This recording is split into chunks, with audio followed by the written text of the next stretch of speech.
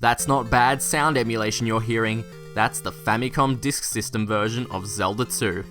Hey, I'm Josh Kell, welcome to Version Differences. Today we'll be looking at the Zelda 2 Famicom version and the NES version. For those who don't know, in Japan, some games like Metroid, Kid Icarus, Mario 2, Zelda 2 were released in floppy disk format. The Famicom Disk System not only enabled games to be larger in size, but it also contains more RAM for sprites and tiles, and additional sound hardware for some more unique sounds. But it's pretty obvious that when a disc game is being translated to a cartridge game, there's going to be a few changes. We've already seen the title screen.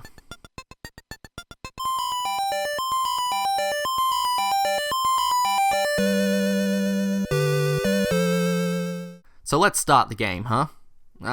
Fuck. This is something you'll see if you're playing a disc game. The only thing that's on side A is the title screen, the menus, and the final dungeon. As soon as you go into the game, you need to flip over to side B.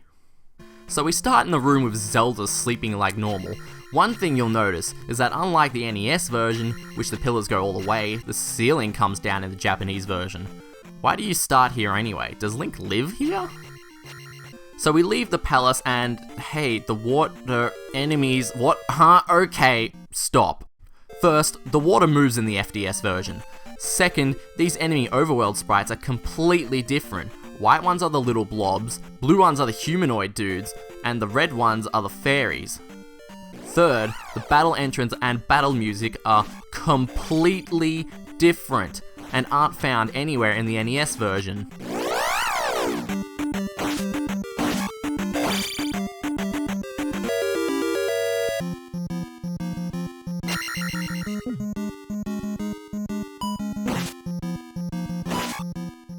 This music was later remixed and used as the mini-boss theme in Minish Cap.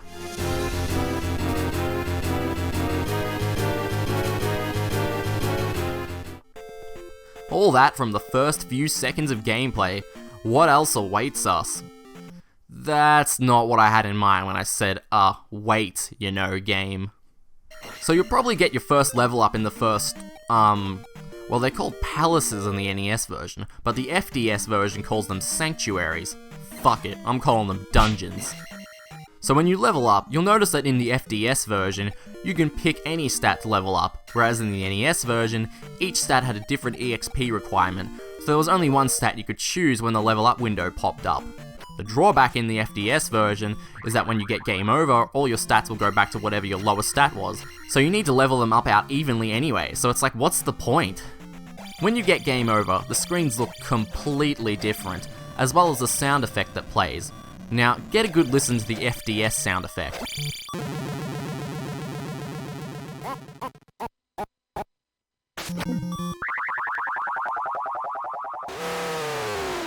Whoever made this sound must have been really proud of it, because it is used all over the game.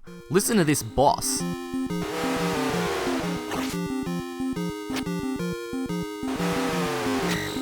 He sounds like a fucking elephant!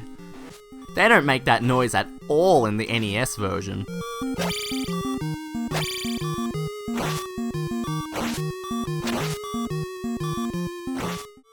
I like jumping into the items to pick them up. Gotta love the expression on Link's face. Well, guess what? In the FDS version, you can't do that. You have to stab the items to pick them up. What is this, the CDI Zelda games? Oh no, let's not go there. He doesn't even do the face, the screen pose in the FDS version at all, unless you count the sprite when Link is on the raft, which, by the way, he doesn't do in the NES version. Once you get to the second dungeon, you'll notice that in the FDS version, the colours and brick textures are the exact same as Dungeon 1. The FDS version uses the same brick textures and only grey and blue bricks for every dungeon, while in the NES version, every dungeon has a different texture and colour. If they were willing to make these changes in the NES version, I'm guessing they either ran out of time when they were making the FDS version, or it wasn't something that they thought of doing until they were working on the NES port. You know, I'm starting to notice something. For a Japanese game, there sure is a lot of English. In fact, the only thing that isn't English is the character's voice text, which has a different sound effect, by the way.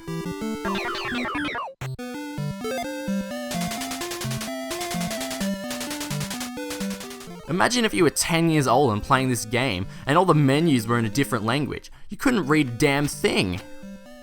Once you get to the second half of the game, you'll really start noticing some differences. Remember how you had to cast fire if you wanted to kill the lizard and Tektite enemies? Well, that wasn't a thing in the FDS version. You can kill them with regular attacks, essentially making the fire spell completely useless. I didn't cast it once during my playthrough of the FDS version.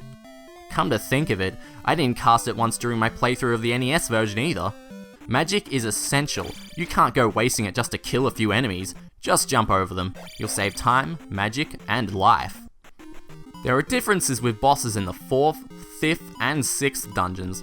The 4th boss just has a different sprite. It faces forwards instead of sideways. The 5th boss... What happened? Where the heck is the 5th boss?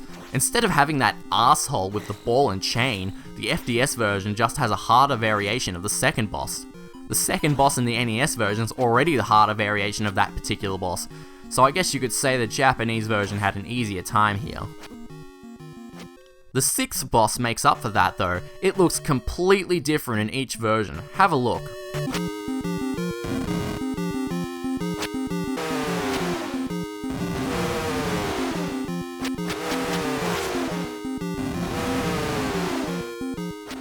In the NES version, you have enough time to run up and hit the thing before it goes down, but thanks to the Famicom's smooth animations, it goes down way too fast. The only way to hit it is to randomly guess where it's going to come up. This is a long battle for the Japanese.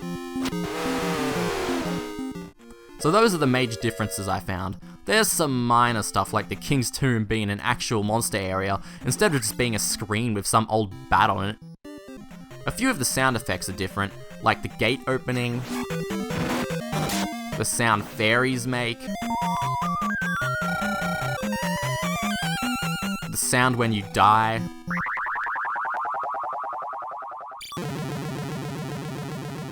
and the sound when you open the final dungeon. If you're a fan of the NES Zelda 2, then you should give the FDS version a go.